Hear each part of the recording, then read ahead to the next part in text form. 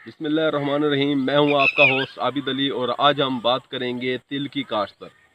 तिल की काश्त करके ज़्यादा पैदावार लेके आप ज़्यादा से ज़्यादा मुनाफा किस तरह हासिल कर सकते हैं, इसके ऊपर आज हम बात करेंगे। बहुत से काश्तकार भाइयों ने कॉल करके फ़ोन करके ये पूछा कि इस कपास हमने काश्त की लेकिन बारिश हो गई, उगाव नहीं हुआ, ज़ाया हो गया हमारा बीज। या फिर हमने कपास काश्त की, बीज अच्छा नहीं था, ज़ाया हो गया। अब वो फ़ोन करके ये पूछ रहे हैं कि अब हम क्या करें। अब मार्केट में बीज भी हमें नहीं मिल रहा, मिल रहा है तो बहुत ज़्यादा रेट में मिल रहा है। अब देखें, अब जून का महीना शुरू हो गया। तमाम काश्तकार भाइयों से को एडवाइस करूंगा, नसीहत करूंगा कि भाई जून का महीना शुरू हो गया है, अब आप कपास नहीं बल्कि अब आप दूसरी फसल की तरफ आ जाएं। एक अच्छी फसल, तिल की एक अच्छी फसल है, गवर्नमेंट सब्सिडी दे रही है। तिल काश्त करके आप अच्छी पैदावार लेके अच्छा मुनाफा कमा सकते हैं।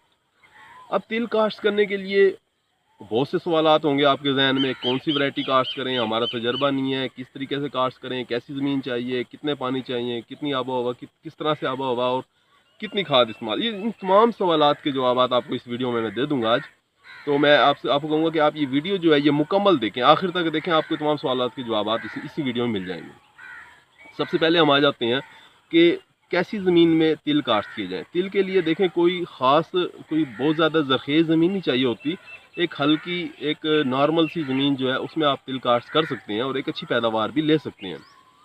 बशर्त ये कि आपकी ज़मीन चिकनी ना हो, यानी ऐसी ज़मीन जो जिसमें पानी खड़ा हो जाता है, उसमें आपने तिल नहीं काश्त करना, क्योंकि तिल का पौधा ऐसा पौधा है जो पानी के अंदर जो है वो खुश नहीं होता, ये मुरझा जाता है और पौधा मर जाता है। तो आपने ऐसी ज़मीनों में काश्त नहीं करना। इसके अलावा सेम ज़्यादा कोई ज़मीन हो, नमकियात वाली, शोर वाली ज़मीन है, उसमें भी आपने तिल की फसल काश्त नहीं करनी, उसमें अच्छी पैदावार नहीं आएगी आपको। अब ज़मीन के बाद अब आप आ जाते हैं कि ज़मीन तैयार कैसे करनी है। देखें, ज़मीन तैयार करने के लिए आपने क्या करना है, ज़मीन को हमवार करना है। ज़मीन आपकी सीधी होनी चाहिए, बिल्कुल हमवार हो। लेज़र लेवल के ज़रिए हमवार करें ताकि जब पानी लगाएं तो यकसा पानी लगे, खुराक हर पौधे को यकसा मिले, आपकी जो फसल है वो यकसानियत हो उसके अंदर। यूनिफॉर्मिटी कहते हैं इसे, यानी फसल आपकी एक वक्त में पककर तैयार हो। ऐसा ना हो कुछ पौधे छोटे हों, कुछ बड़े हों, कुछ में फूल आ रहे हों, कुछ में ना आ रहे हों, कुछ में फलियां बन रही हों। यानी आपकी फसल इस तरह से ना हो, बल्कि यकसानियत हो आपकी फसल में। तो इसके लिए ज़रूरी है कि आप अपनी फसल को, आप अपनी जो खेत है, आपका ज़मीन है, उसे लेज़र लेवल कर लें, उसके बगैर आप काश्त ना करें। फिर आ जाता है कौन सी वैरायटी काश्त करें। देखें, तिल और तिल्ली दो लोकल नेम ज़्यादातर चल रहे होते हैं। ज़मींदार भाई अक्सर ये फ़ोन करके कहते हैं कि तिल्ली का हमें बता दें कौन सा बीज काश्त करें। देखिए भाई, तिल जो है वो तिल्ली ही है। असल में यह है कि तिल की एक वैरायटी TH6 है, उसे उसे कहा जाता है तिल्ली। अब उसे तिल्ली क्यों कहा जाता है, उसकी वजह यह है कि वो एक सिंगल स्टेम वैरायटी है, यानी उसकी शाखें नहीं बनती। वो तना जो है ना, उसका एक ही तना होता है, उसी के साथ साथ फलियां बन लगती हैं तिल की। तो और उसका ज़्यादा कद भी नहीं होता, तो उसे तिल्ली कहा जाता है। पैदावार बहुत अच्छी है। मैं रिकमेंड करूंगा आप वो वैरायटी काश्त करें। आप TH6 वैरायटी आप काश्त करें, आप एक अच्छी पैदावार ले लेंगे। इसके अलावा अगर कोई ज़मींदार खुशी से ऐसी वैरायटी काश्त करना चाहता है, यानी जिसकी शाखें ज़्यादा हों, तो इसके लिए आप TS5 वैरायटी है वो काश्त कर सकते हैं। उसकी शाखें बहुत ज़्यादा होंगी। TH6 ये है कि 90 से 100 दिन में पक के तैयार हो जाएगी। छोटा कद होगा, 30 दिन के अंदर फूल उठाना शुरू कर देगी। बहुत छोटा पौधा होगा, फूल उठाना शुरू कर देगी, फलियां बनना शुरू हो जाएंगी। छोटे से फूल से, छोटे पौधे से ही फलियां बनना शुरू हो जाएंगी। बहुत ज़्यादा फलियां लगती हैं। TS5 के अंदर यह है कि थोड़ा पौधा बड़ा होगा, 40-45 दिन के बाद फूल उठाना शुरू करेगा और उसके बाद जो है ना उसकी ब्रांचेज, शाखें निकलेंगी और उसके ऊपर फूल और फलियां वगैरह सब बनेंगी। लेकिन यह है कि TS5 भी अच्छी वैरायटी है, क़ुव्वत मुदाफ़त है, बीमारियों के खिलाफ क़ुव्वत मुदाफ़त है, बहुत ज़्यादा बीमारियाँ नहीं आती इसके ऊपर भी, और एक अच्छी वैरायटी है।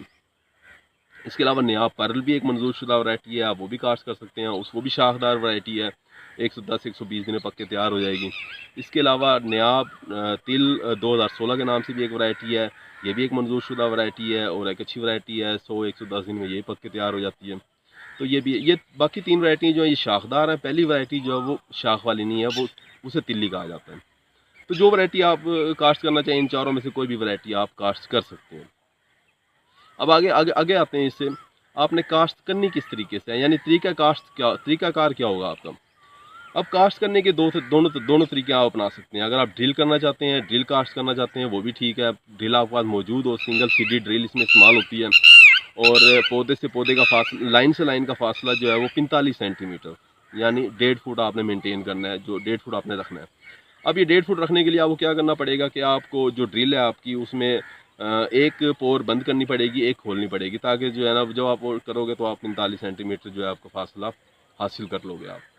अगर आप छटा देना चाह रहे हैं छटा भी दे सकते हैं, छटे के ज़रिए कास्ट कर दें।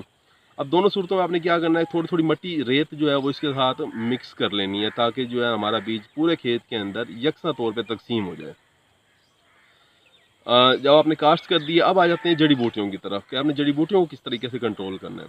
तिल के अंदर जो जड़ी बूटियाँ जो है ना ज़्यादातर बाथू, ये जो अपने सॉरी बाथू नहीं है ना, इट सीट वगैरह जो आपकी जो जड़ी बूटियाँ हैं, इनको कंट्रोल करने के लिए आपने क्या करना है कि पेंडीमेथिलीन का जो है ना वो आपने स्प्रे करा देना है। 800 से 1000 ml 120 लीटर पानी में मिला के ये आपने स्प्रे करवा देना है। पेंडीमेथिलीन का स्प्रे करवा दें, ज़्यादातर जड़ी बूटियाँ आपकी इसी से कंट्रोल हो जाएंगी और आपको ज़्यादा जो है वो गोटियाँ वगैरह नहीं करनी पड़ेंगी। आगे हम आ जाएँ। अब सवाल ये आता है कि इसमें खादें कितनी डाली जाएँ। 1 बोरी DAP और आधी बोरी SOP या MOP जो भी आप डालना चाहें, ये आपने ज़मीन तैयार करते वक्त डाल देनी है। उसके बाद पहले पानी के साथ 17 किलो यूरिया डाल देनी है और उसके साथ एक किलो जो है वो सल्फ़र भी अगर आप डाल देंगे तो पैदावार बहुत आपकी अच्छी आएगी। दूसरे पानी के साथ फिर आपने 17 किलो यूरिया डाल देनी है। दूसरे पानी के साथ जो यूरिया है ये मैं आपको कहूँगा कि ये आप स्किप भी कर सकते हैं। ये अगर आपकी ज़मीन बहुत ज़्यादा ज़ख़ीज़ है, फसल की बहुत अच्छी बढ़ोतरी हो रही है, तो आप दूसरी डोज़ ना डालें, क्योंकि यूरिया जो है वो आमतौर पे अगर ज़्यादा इस्तेमाल कर दी जाए तो उससे ना कीड़ों का हमला ज़्यादा होता है।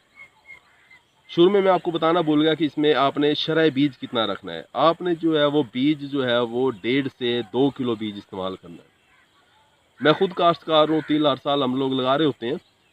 1.5 किलो बीज बेहतरीन रहता है। आपको जो है ना वो बाद में छिदराई नहीं करनी पड़ती, बहुत कम छिदराई करनी पड़ेगी। यानी आपको अगर आप ज़्यादा बीज इस्तेमाल करोगे फिर छिदराई का अमल आपको करना पड़ेगा, उसमें आपके अलहदा से इश्यूज़ हैं। आपको जो है ना वो पैसे लगाने पड़ेंगे आपको छिदराई कराने के लिए।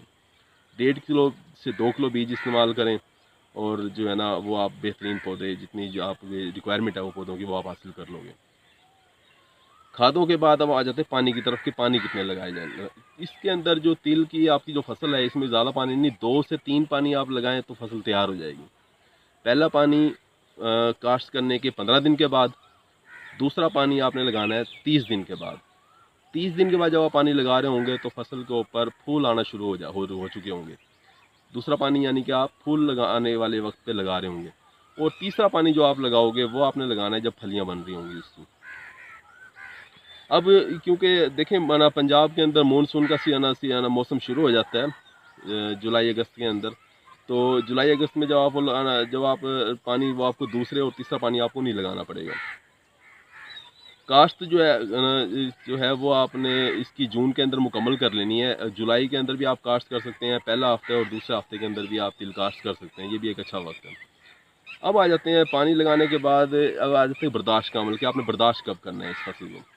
जब आपके 90 से 95% पत्ते आपके नीचे गिर जाएं और आपके 70-75% जो फलियाँ हैं आपकी वो जर्दी माइल हो जाएं, तो आप फसल को काट लें और छोटे छोटे इसके गट्ठे बना लें। उन गट्ठों को आप हमवार ज़मीन में सीधा रख दें। 2 से 3 दिन उन्हें धूप लगाएं, हवा वगैरह गुजरेगी, वो आपके जो है ना वो फलियाँ खुल जाएंगी। उसके बाद आपने उल्टा करके अपना बीज निकाल लेना, उसके अंदर से तिल जो है वो हासिल कर लेने हैं। 2 से 3 बार आपको ये अमल करना पड़ेगा, आपको फसल हासिल हो जाएगी आपकी। अब इसके ऊपर कौन कौन सी बीमारियां हमला करती हैं और इसके ऊपर स्प्रे कौन कौन से किए जाते हैं ये भी हम आपको बताते हैं, लेकिन वीडियो हमारी क्योंकि बहुत ज़्यादा लंबी हो रही है, ये हम आपको नेक्स्ट वीडियो में बताएंगे। अभी मैं आपसे इजाज़त चाहूँगा और वीडियो देखने का बहुत शुक्रिया। अपना ख्याल रखिएगा। अल्लाह हाफिज़।